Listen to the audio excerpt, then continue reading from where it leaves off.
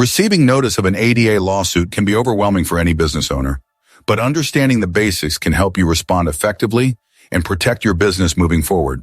The Americans with Disabilities Act, or ADA, is a federal law that requires businesses open to the public, like restaurants, retail stores, hotels, and service providers, to ensure equal access for people with disabilities. If someone with a disability encounters a barrier at your business, whether it's a physical obstacle like a narrow doorway or a digital issue like an inaccessible website, they may have grounds to file a lawsuit.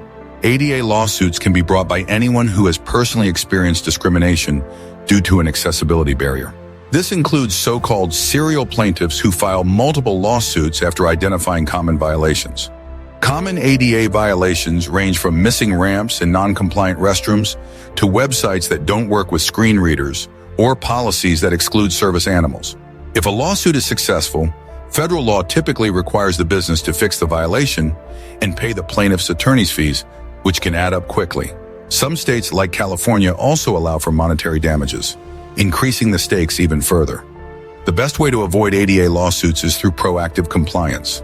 Regularly audit your premises and website, update your policies, and train your staff on ADA requirements. If you do receive a lawsuit, consult an experienced ADA attorney to protect your business and reputation.